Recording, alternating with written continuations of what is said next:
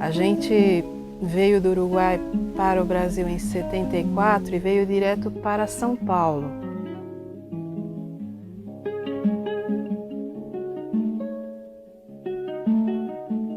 Sempre me interessei por história, sempre gostei muito de estudar, não só na escola, mas meu pai gostava de ter livros de história em casa.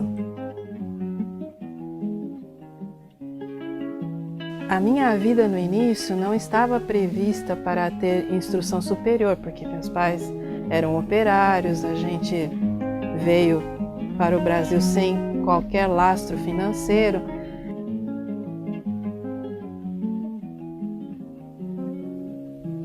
Me gusta de vez en cuando perderme en un bordoneo, porque bordoneando veo que ni yo mismo me mando. Las cuerdas van ordenando los rumbos del pensamiento y en el trotecito lento de una milonga campera va saliendo campo afuera lo mejor del sentimiento. A professora Ana Giselli recebeu nossa produção para uma entrevista em sua residência em Campinas. Graduada em História pela Unicamp em 1990, já demonstrava seu interesse pela pesquisa do movimento operário. Como estudante, participou de uma conferência com o historiador Eric Hobsbawm, em 1988, em comemoração à efeméride de 100 anos da assinatura da Lei Áurea e abolição da escravidão no Brasil. Essa experiência levou-a a direcionar sua pesquisa científica dentro do tema escravidão e trabalho livre. Seu trabalho de mestrado, Ingênuos e Libertos, encaminhado à FAPESP em 1988 e lançado em 1997 pelo Centro de Memória Unicamp, é uma pesquisa com base em documentos, abordando as estratégias de sobrevivência da família negra, escrava e liberta, de 1850 a 1888.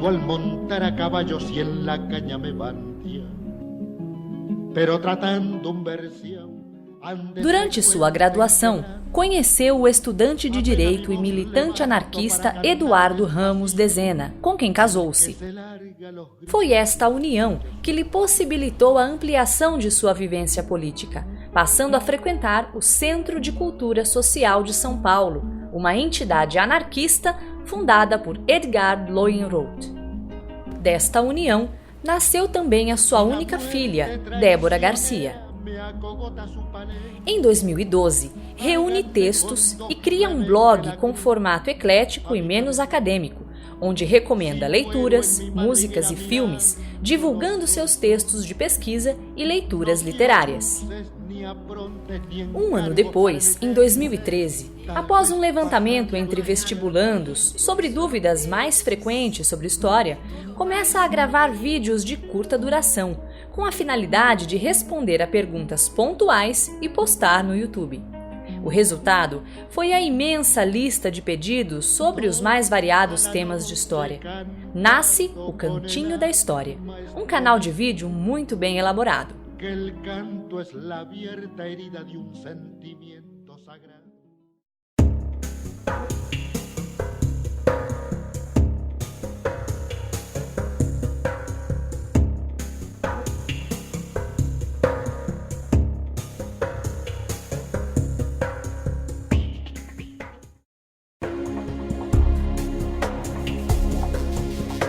Eu sempre me interessei por história, sempre gostei muito de estudar, não só na escola, mas meu pai gostava de ter livros de história em casa.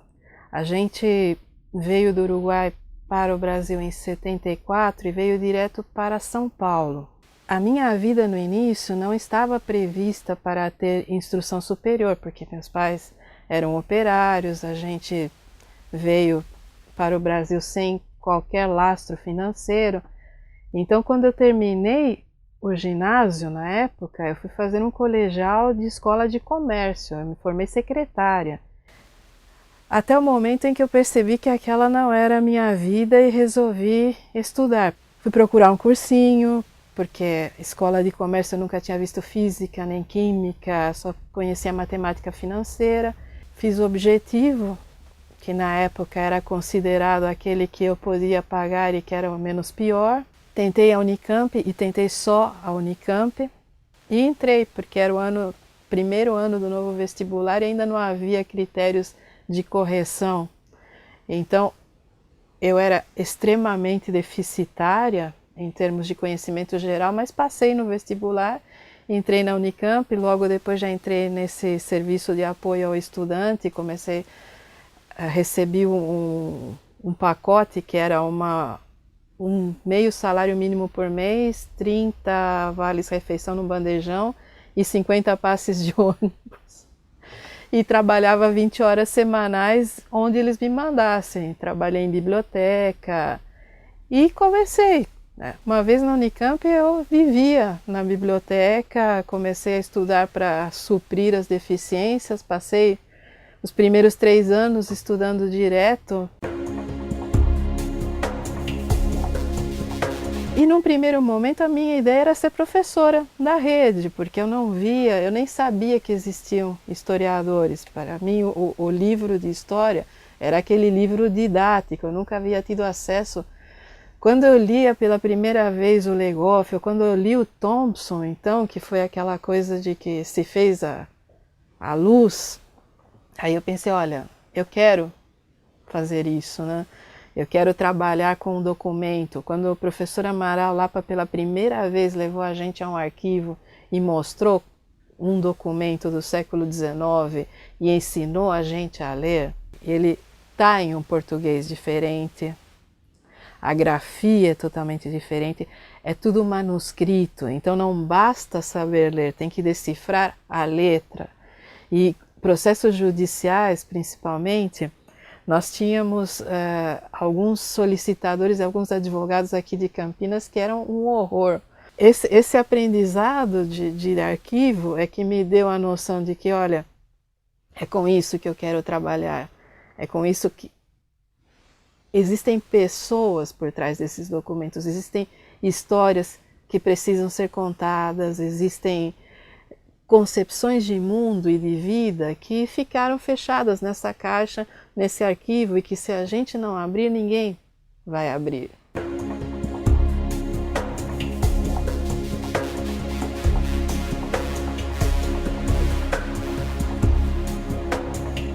O próprio professor Amaral Lapa, em 88, nós tínhamos matérias eletivas que se chamavam tópicos. E ele ofereceu um tópico que ensinava a elaborar projetos científicos. E colocou aquela coisa meio assim, olha, os 2 melhores projetos eu me disponho a orientar e conseguir bolsa na FAPESP. E começou assim, ele deu uma lista, ele pegou uma lista de temas e distribuiu. E eu peguei criança escrava, porque pensei, nossa, é uma coisa que me interessou, criança escrava, o que uma criança escrava faz? Eu estava no 2º ano de graduação, ainda não tinha contato com a maior parte da bibliografia sobre escravidão, havia lido só um texto ou outro. E aí começou, sabe, que crianças a partir dos 8 anos já tinham papel nessa economia, já eram tratadas como fonte de trabalho, já eram tratadas praticamente como adultos. Começavam fazendo trabalhos de recados, trabalhos leves, mas quando chegavam aos 12, 13, 14 anos, estavam fazendo trabalhos de adultos. Na última metade do século XIX, houve uma sucessão de leis que aproximaram os escravos lentamente da sua liberdade. Entre 1850, quando foi extinto o tráfico africano através da Lei nº 581, e 1888, quando foi abolida definitivamente a escravidão no Brasil, várias leis vieram a regular o processo de libertação dos cativos, visando minimizar o impacto da consequente diminuição de mão de obra para a economia do país. E aí eu comecei a pesquisar e não havia bibliografia, não havia nada. E eu falei para o professor Lapa, professor, eu estou montando um projeto sobre um tema que não tem nada. E ele falou, então, delimita melhor e faz um trabalho inicial, né? E havia uma caixa no arquivo chamada miscelânea. Miscelânea é assim, quando você vai montar um arquivo, você tem processos crimes, processos cíveis, inventários, testamentos, e dentro de cada dessas tem divisões, né? Tutela, você tem toda essa parte. E aqueles processos que não se enquadram, aqueles documentos avulsos que você não consegue colocar no arquivo, você joga nas caixas de miscelânea. E eu estou na caixa de miscelânea e de repente tem lá um pedacinho de papel padrão, com todos os selos do Império e carimbos registrados, e é um camarada que era solicitador declarando que o filho da escrava fulana, e dá o nome do menino, é um ingênuo, que ele nasceu a partir da lei de 1871, então que quando ele falecer, esse menino fica livre. Aí eu pensei, como ficar livre se ele nasceu livre? A lei não foi para libertar? E aí eu cheguei para o professor lá e falei, olha, professor, tem alguma coisa aqui. E aí ele falou, então começa a pesquisar, vai atrás da lei primeiro. E foi o que eu fiz, eu fui atrás da lei, li de ponta a ponta, aí eu descobri que a lei não era só para libertar, que ela regulava toda a questão das alforrias condicionais. A maior parte da lei, do texto mesmo, é para as alforrias condicionais. E pensei, bom, o que eu tenho que fazer é centrar nessa palavra ingênuo, porque se essas crianças eram chamadas de ingênuo, é isso que vai aparecer nos documentos. E comecei a abrir caixa por caixa no arquivo. Descobri os processos de tutela, que era onde apareciam mais os ingênuos. Então eu comecei a pegar todos os processos de tutela indiscriminadamente e fui dividindo. Esses são de pessoas brancas, esses são de libertos, esses são de ingênuos, esses são por orfandade, esses são por problemas com a família. E comecei a fazer essa parte estatística. O ingênuo, a partir da nomenclatura usada no direito romano, é a pessoa que nasce livre de pais escravos. Quando eu vi, eu tinha um projetinho bem razoável. Nós tivemos uma greve medonha que durou 60 dias contra o Quercia em 88 e a disciplina foi para o espaço. Mas o professor Lapa, quando chegou na reposição em janeiro, falou, olha, eu continuo com a intenção de orientar 2 projetos, então vocês vão me entregar os projetos concluídos no fim da reposição de aulas, eu vou escolher a tempo para mandar para as financiadoras, que naquela época era em maio que fechavam as inscrições anuais. E ele escolheu o meu e eu mandei, a FAPESP financiou e depois quando chegou a hora de fazer um projeto de mestrado, eu peguei essa base da iniciação científica, que eu já tinha feito até uma monografia, e montei o projeto de mestrado.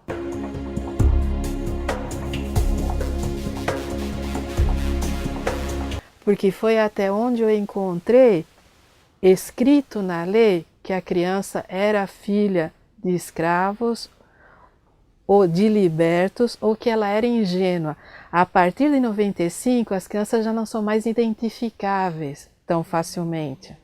Você precisa fazer um cruzamento e procurar a certidão de nascimento no arquivo parroquial, e nem sempre é possível. Então, até o momento em que eu tenho uma palavra-chave no documento que me indica que aquela criança é filha de libertos ou de escravos e nasceu depois de 71, eu consigo identificar o ingênuo.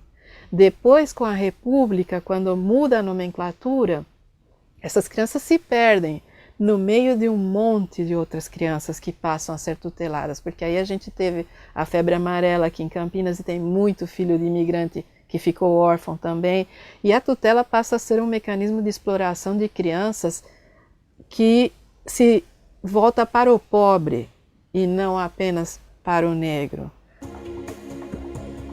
E, no entanto, a grande maioria das crianças tuteladas entre 1871 e 1895 nas cidades de Campinas e Itu eram pobres.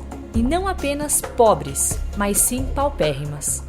Eram vítimas do abandono ou da orfandade, ingênuos, libertos, filhos de imigrantes europeus, filhos de trabalhadores livres nacionais, sujeitos à pobreza de uma situação marginal.